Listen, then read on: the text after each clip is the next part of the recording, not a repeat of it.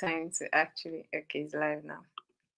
Hello and welcome to another episode of Wise Attraction. I'm your host, Dr. Baby Babs, and today we'll be talking about my guest and I will be talking about compatibility. What is compatibility? Would you stay in a relationship if you find out that the person you're courting or dating has made some choices that you don't necessarily agree with? Today, we'll be sharing our thoughts about compatibility and answering some questions from compatibility cards. I love these compatibility cards because I feel like they are very real.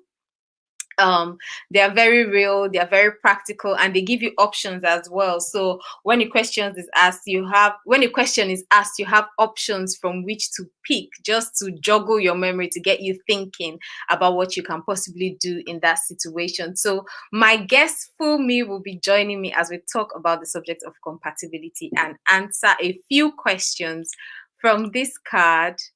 Hello Fumi, welcome to the show. Hi, hi, Dr. B. Okay, so before we begin, can you tell us a bit about yourself? Okay, so it's a relationship discussion. I'm a woman, obviously. I was born woman, definitely. I'm close to 30.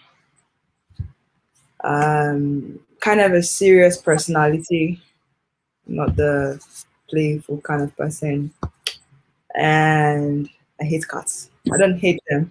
I don't like, I just don't like them. All right. So tell us something you're passionate about. God, first. Okay. Education, second. Um, Robotics and artificial intelligence, third. Okay. Tell us a bit about artificial intelligence. Oh, What about what it? about Not it? tell us everything that artificial intelligence means, but like just tell us what really, why are you interested in artificial intelligence? Why AI? Let's say, I think what attracts me most is the natural language processing and the ability to be able to design machines such as robots that are able to navigate the human world without much assistance. Um, I mean, a typical computer is garbage in, garbage out, but an AI system can be taught to learn from its environment by itself, make adjustments, make improvements all by itself, like a child. That's really good. That means it will take a lot of, I don't know, coding and whatever. It must take how long average? I mean, for the robots that are out there right now, how long on average does it take to create one that responds to its environment? Some take years. It depends on what you want to do. Some take years. Some take years. I mean, one single instruction could just, you have to give it all kind of scenarios. So it takes years typically. Wow, I can imagine. I can really imagine. So for creating a robot, it's not just the people writing the code or whatever. It literally starts from the people creating these scenarios. There has to be a script. So most times there is a script, yeah, gathering of data from real world. For example, the self-driving cars, they have to gather a lot of real data from street cams to train the cars. You know, all sort of scenarios: someone crossing the road, someone standing on the road, a baby, an old man, a cat, a dog. It's actually a lot. Some people, when they hear artificial intelligence, just end times. They want to replace us. Wow. But, yeah. Okay, so over to the topic for today. Fool me, what are your thoughts about compatibility? What is compatibility to you? I mean, compatibility is compatibility, like a jigsaw puzzle. Okay. Yeah, that's simplest explanation, right? Uh, They don't have the same parts, but they fit perfectly together. sorry, say that Uh, again. they don't have the same parts, but they fit perfectly together. So that's it for me. Oh, that's so beautiful. They don't have the same parts, but they fit perfectly together. That's really just thinking about a guy and a girl. Obviously, a man is completely different when you look at them physically from what a woman looks like. So physically, they don't have the same parts, but they fit together. Mm-hmm. Perfect. Oh, that's such a lovely, lovely and simple illustration. Um, so tomorrow is Valentine's. I was going to ask you this before going into compatibility, and I sort of Oh. yeah. So what are your thoughts about Valentine's Day? I mean, people have different thoughts. Some people feel like, oh, why should I pick one day to celebrate the person I love? And some people feel like this is not for me and stuff like that. And some people, because sometimes when you're single, for me when I was single, I didn't really used to notice much about Valentine, except they're doing an event that I'd like to attend, but it wasn't really my thing. I just felt like it's not for me. I'm not in a relationship. So like what's the big deal about Valentine's? It was just like a regular day for me. So, what are your thoughts about Valentine's? For me, Valentine means cake, chocolates, and teddy bears.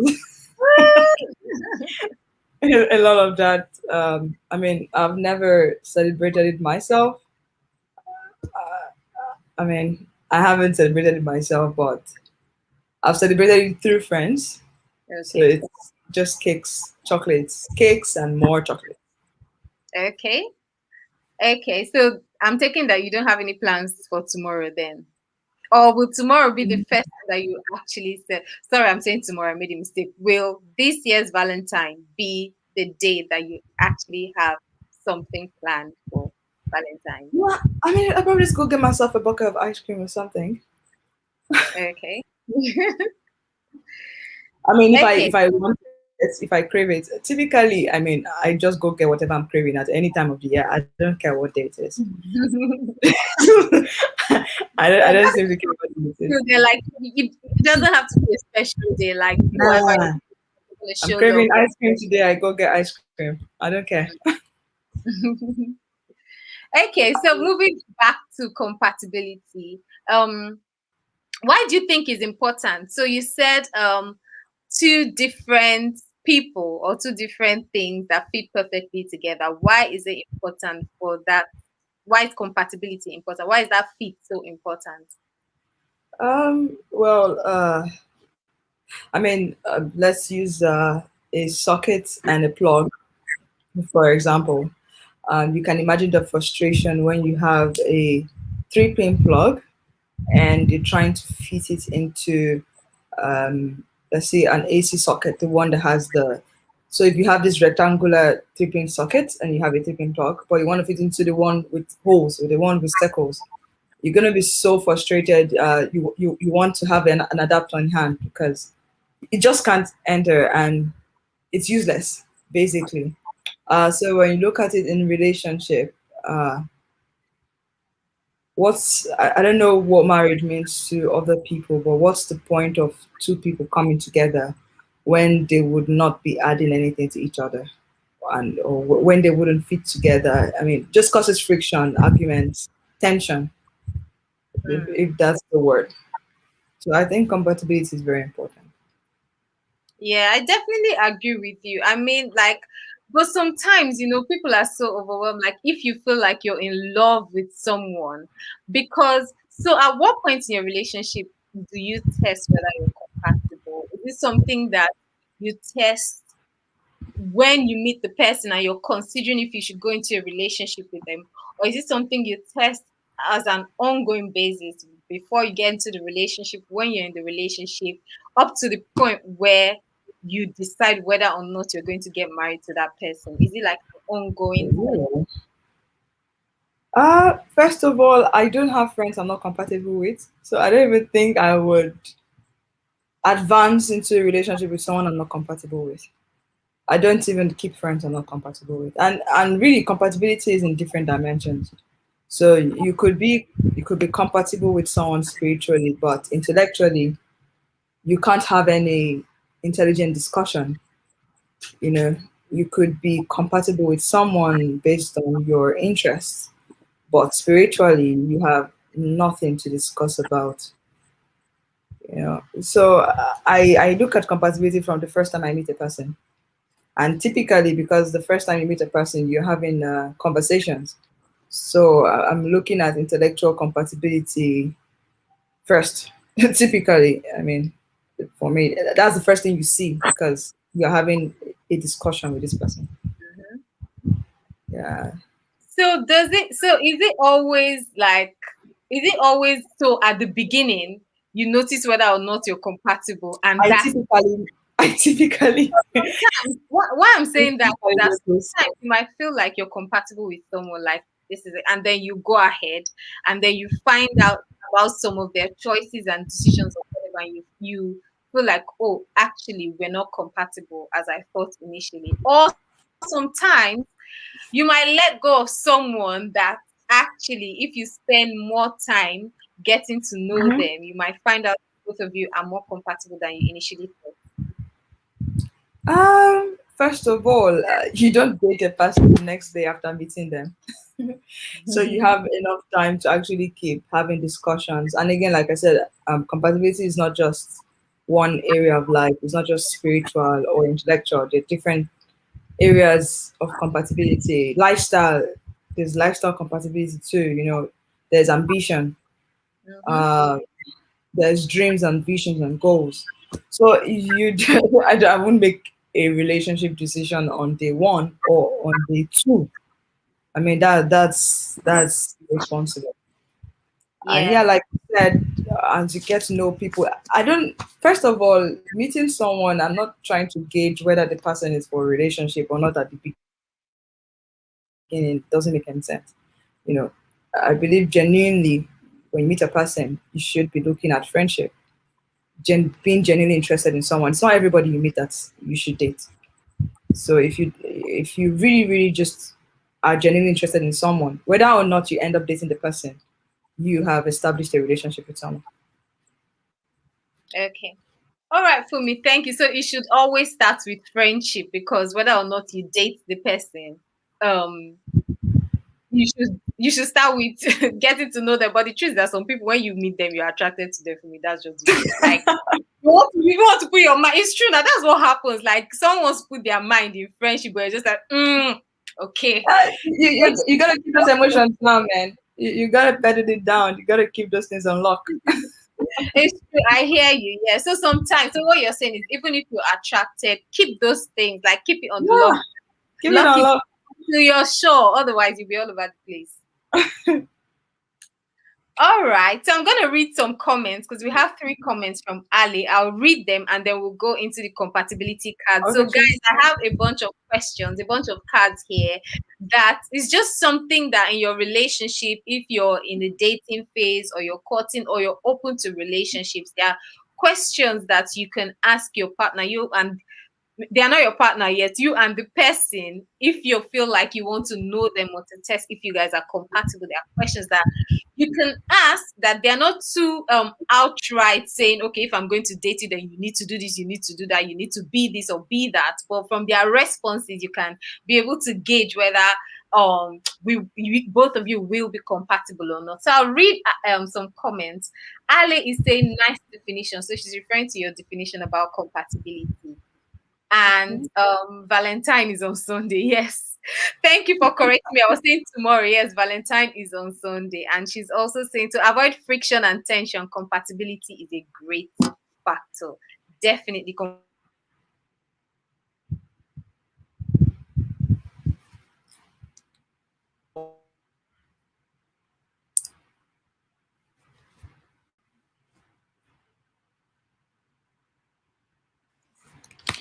Sorry, I think that was my internet. For some reason, I got cut off for a few minutes. So, yes, compatibility is so important. Like sometimes you might find out that you've gotten married to someone, and there's some, I feel like you can't have perfect compatibility. In some areas, you just have to accept the other person Mhm. as they are. Yeah, I feel like it can't be perfect. That's why you have to have your core values and some core areas that compatibility is key, and in other little areas you work together with them because you can't be exactly the same with whoever you're getting married At to. all. Yeah. Okay, so over to the questions now, Fumi. Do you believe that men and women can be close friends? When I was single, I had this question was something that we really asked because sometimes you find out that two people are friends. Either the guy likes the girl and he's not saying anything, he's Ah, following her around, being nice to her, or the girl likes the guy and she's tagging along, just hoping that one day he'll see her, see the beauty, the goddess that she is. So the options that are here is A, yes, B, no, C, only in the absence of sexual attraction? That's the option. Obviously. Yeah, obviously. Okay, yeah. So why do you think so? Because anyway, let me not say my thoughts. Why do you think so? But I will say A anyways. Yes, whether or not there's sexual attraction, whether I mean, there's this saying that even if you get married today, you might still see that one guy. You probably see tomorrow, and you're like, oh my god, this guy's hot. This guy is hot, and you're married, and your husband is right beside you. Yeah. Ha. So, my dear, you are human. You are wired that way. You accept it. You don't run away from it. So I would say I'm gonna use myself as an example because I've mostly been in male-dominated areas all of my life, from right from secondary school, being in engineering classes. I mean, imagine a class where you have just four girls out of 20, or 20 guys, and then they're just four girls. So I've always had male close friends. Always had male close friends, and I've not dated them yet.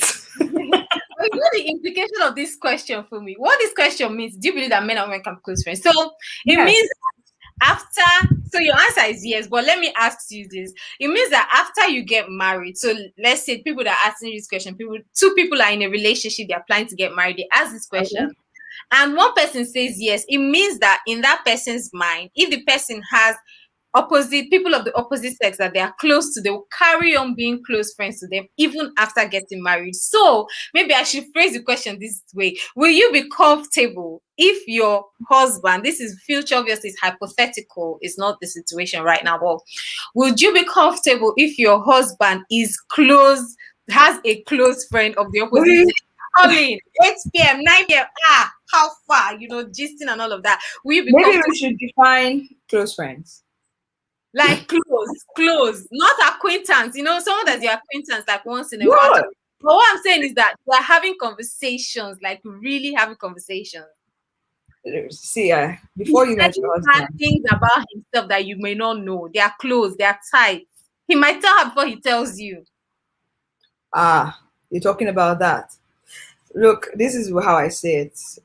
When you get married, your partner becomes your best. I don't know. I would say I would define best friend and close friend differently.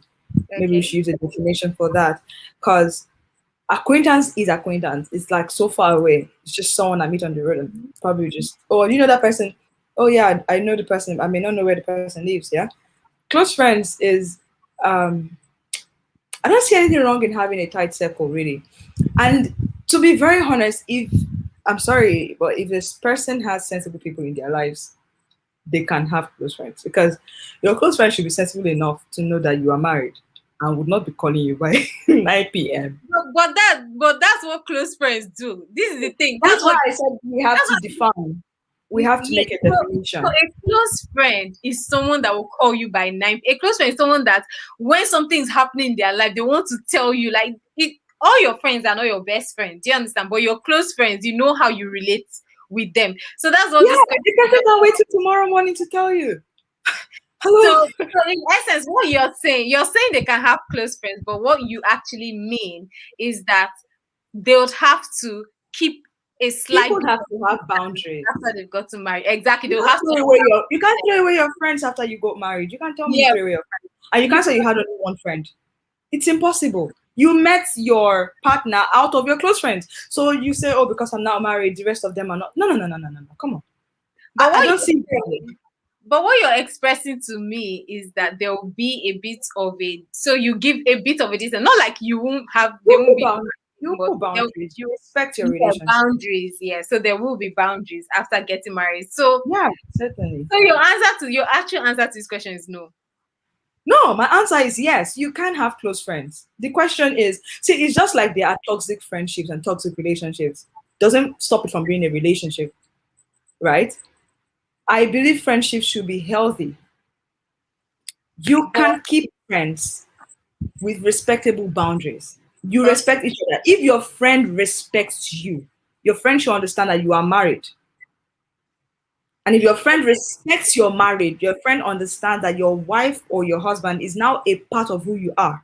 And your friend must respect that. Otherwise, I'm sorry, but that person is not a good friend.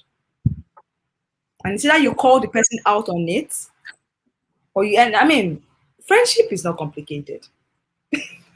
That's the way I say So it. this is close friends of the opposite sex, but let's move Yes. on now because we have some more questions. Okay, so listen to this one. It has taken you 3 years to finally save up £30,000 for a house deposit, and then you discover that your partner has accumulated £25,000 in credit card debt. What's your reaction? So I have a bunch of options. A, I'll clear the debt. What's theirs is mine. B, I'll offer them part of it to help. C, that is not my problem. D, I'll end the relationship. None of the above. Okay, so what would you do? First of all, the house deposit, what kind of house are we buying? Are we buying a house for us to live in, or are we buying an apartment to rent out to people? If it's an apartment, I am buying the apartment. The apartment will pay the debt and we'll still have the apartment. Okay. Okay, so let me explain it a bit more. So the £30,000, you've saved up £30,000. Do you understand? So Yeah. it's not like both of you saved up £30,000. You saved up thirty Same thousand, thing. and you find out that they have 25,000. Okay, so you buy the apartment I and would then buy the apartment, the rent would pay the debt. okay, you buy the apartment and rent it out to pay off the debt. That's exactly. And the Okay. apartment is still ours. Problem solved. Yeah, definitely, it's definitely an investment. So you don't actually have to trade off the apartment Nah. to buy the yeah. Although of course when it comes to debt, there are different things to consider. Well, anyway, True. yeah, yeah, because it also depends on when. Like, but I guess people can always agree on a payment plan. Yeah, definitely. Most debt have 15, I mean, if the loan was taken properly, 15, 20-year payment plans. Yeah. Okay, so the next one is: could you remain with your partner if their parents oppose to them being with you? A, yes. B, no. C, only if their parents live far away. Only if Their parents live far away. no, Okay. Why no? hell on earth. Well, especially for African parents, hell on earth, my dear. Maybe if the person was from another country like the Western world, America, Europe, I mean, parents don't have that much influence on the lives of their kids. So I could say, okay, I could consider. But Africa, no, no, no, no. Okay, next question. You can choose only one of all these options. You can choose only one. £50,000 cash guaranteed. 50-50 chance of winning £10 million. Unlimited holidays or spend a year with a billionaire mentor. It depends on how much I'm earning. No, if the money I'm earning can make that £50,000 guaranteed, I'll take the unlimited holiday. You take It means I unlimited. can spend. I can spend as much as I want. All expenses paid. By the way, I will take the holidays. Okay. Okay. So actually, I think I should explain a bit about this question, about the questions, not necessarily to you, but like to everyone viewing, just in case they'd like to get the cards. So it just gives you, so for instance, this question now about um different options and what you pick, it just gives you a sense of how the person values money and what will be their priority in different circumstances. Yeah. So as we go along, I'll just sort of explain the idea behind the question, like what you can find out from your partner if you ask, if both of you answer, when both of you answer the question. The next one is a wife. This is a scenario now that for you to sort of judge. A wife earns significantly more than her husband, and she enjoys dining at expensive restaurants that he cannot afford. How can this matter be resolved? So she earns more than her husband and she loves expensive restaurants. She can pay for them, she can afford them, remember. One, she should pay for her meals. Two, they should go somewhere that is more affordable. Three, he needs to increase his earnings. Does he have ego issues? I don't think I want a man that has ego issues. We're gonna go eat at that restaurant together, and I'll pay. Yeah, so what you can afford it. Yeah. So so I this kind mean, of question now, imagine you're answering it with your partner, and then you say, let's eat at the restaurant, and they say, let's go somewhere affordable. Why are we going somewhere this affordable? guy has ego issues. Yeah, exactly. So this is how this type of cards can help you. Next one is the week before your wedding, not you, the week before somebody's wedding. They find out that their fiance and partner of 3 years confesses to previously cheating. My chest. A, forgive them, proceed with the wedding. B, call off the wedding and relationship. C, call off the wedding but continue the relationship. Guys, if you're watching and you'd like to answer any of these questions, just type in your comments and we're going to display your answer. So, what do you think about this situation? Would you call off the wedding? Would you forgive them and proceed with the wedding? Or would you call off the wedding and continue? So, like, put the wedding on hold.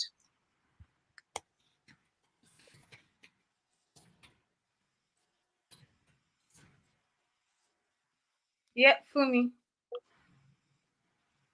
Yeah. I think the answer would be C for me. Okay, okay.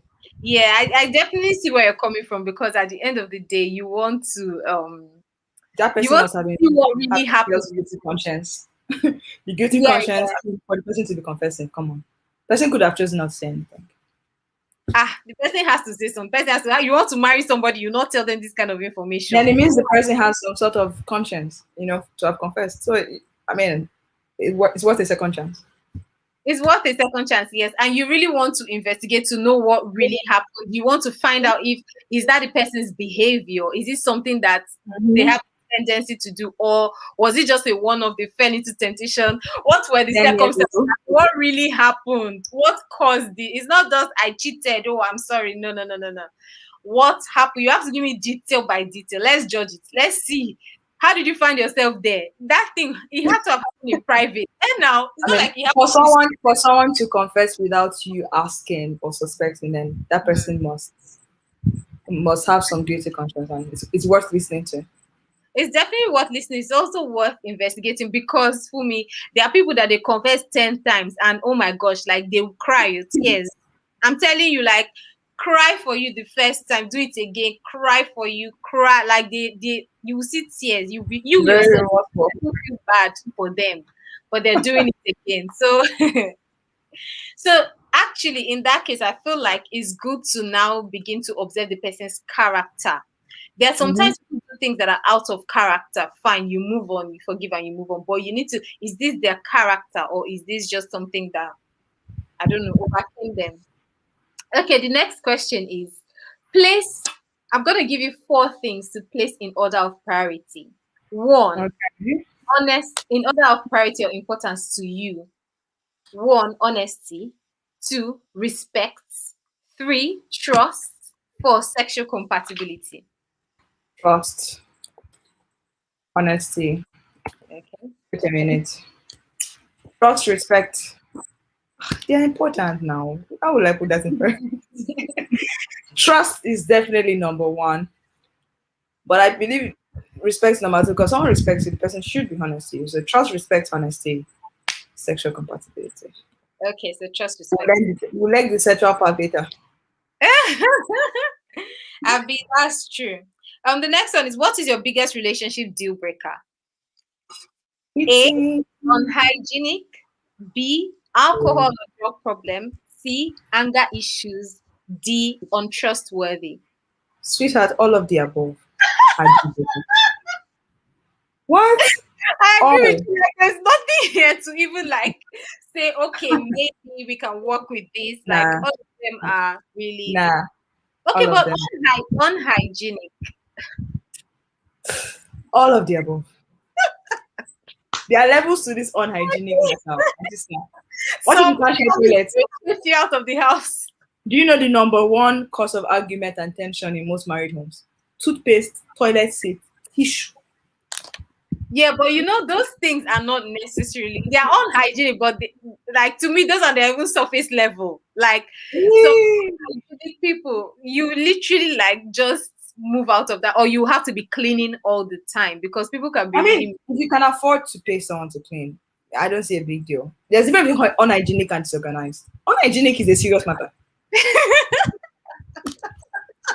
And you have to fear for the health of yourself and your family. And when you have a Mine, baby, you have no, to be concerned for their health. Yeah. unhygienic is deep. It's very deep. Yeah. So the next question is, what motivates you in most in life? What motivates you most in life?